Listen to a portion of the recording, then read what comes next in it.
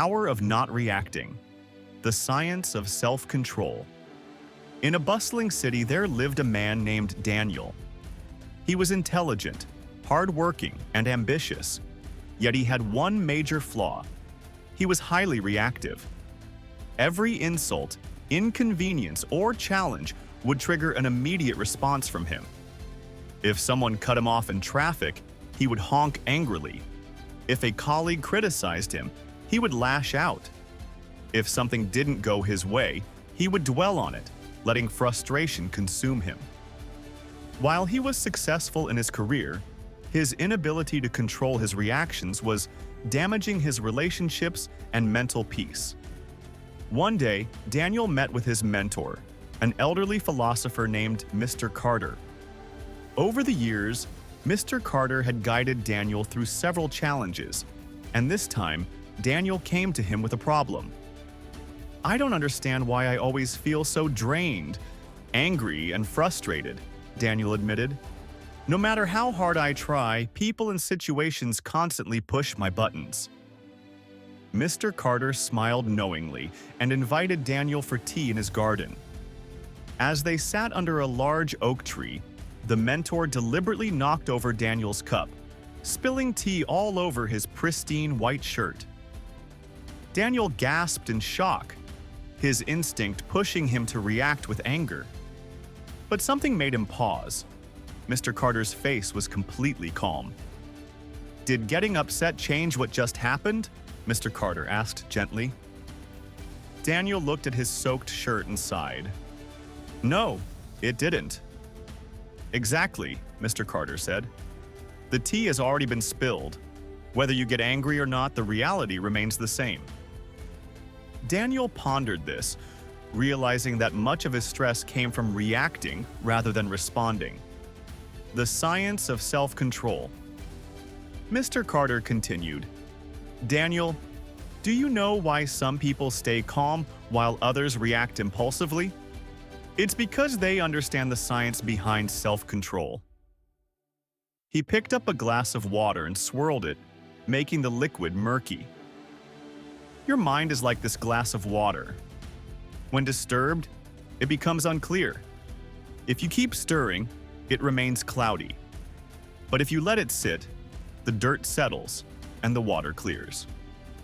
In psychology, this is known as the pause principle. Reacting is like stirring the water. It keeps your mind in chaos. But if you pause before responding, your mind clears, and you can think rationally. A lesson from a wise monk.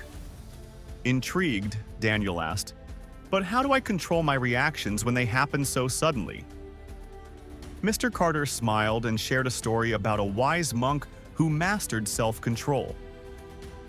The monk was once walking through a village when a man approached him and began shouting insults. Instead of reacting, the monk remained silent, listening patiently. After a few minutes, the angry man grew frustrated. "Why aren't you saying anything? Aren't you offended?" he demanded.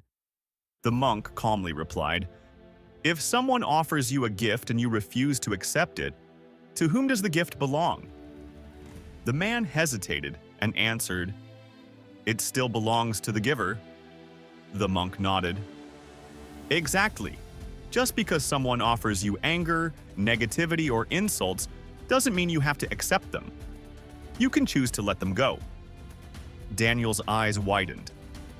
"So you're saying that just because someone provokes me doesn't mean I have to react?" "Precisely," Mr. Carter said. "You have the power to decide how you respond." The experiment. Mastering self-control. Determined to change, Daniel started applying this lesson to his life. The first test came when a coworker criticized his presentation in a harsh tone. Instead of reacting defensively as he usually did, Daniel paused, took a deep breath, and calmly asked, "Can you help me understand your perspective better?" To his surprise, the coworker softened and explained his concerns constructively. The conversation turned productive instead of hostile. A week later, Daniel was stuck in heavy traffic. Normally, he would honk and grumble, letting frustration take over. But this time, he reminded himself, the traffic is beyond my control. My reaction is my choice. Instead of getting angry, he played soothing music and focused on his breathing. With each situation, Daniel realized something powerful. His peace of mind was no longer dictated by external events. The less he reacted impulsively, the more he felt in control of his life.